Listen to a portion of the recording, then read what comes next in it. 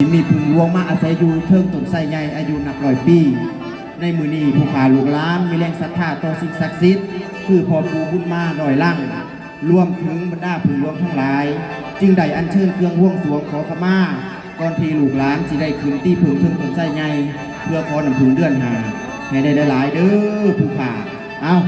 ในเวลาอันสมควรแล้วประนมมือขึ้น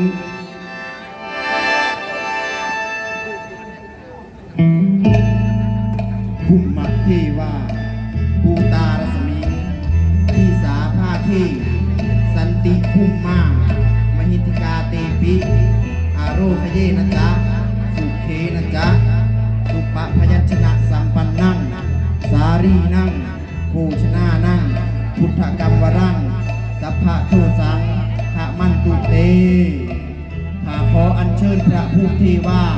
ภูตาเทวีจงเสด็จมารับเครื่องวรามิตรปั๊มบ่วงสังเวยสวงเทวสการโภชนาหารของมนุษย์อันบริสุทธิ์อุดมลือขาบรรเจิดบรรจงถวายอยู่ณสถานที่นี้ด้วยเถิดสา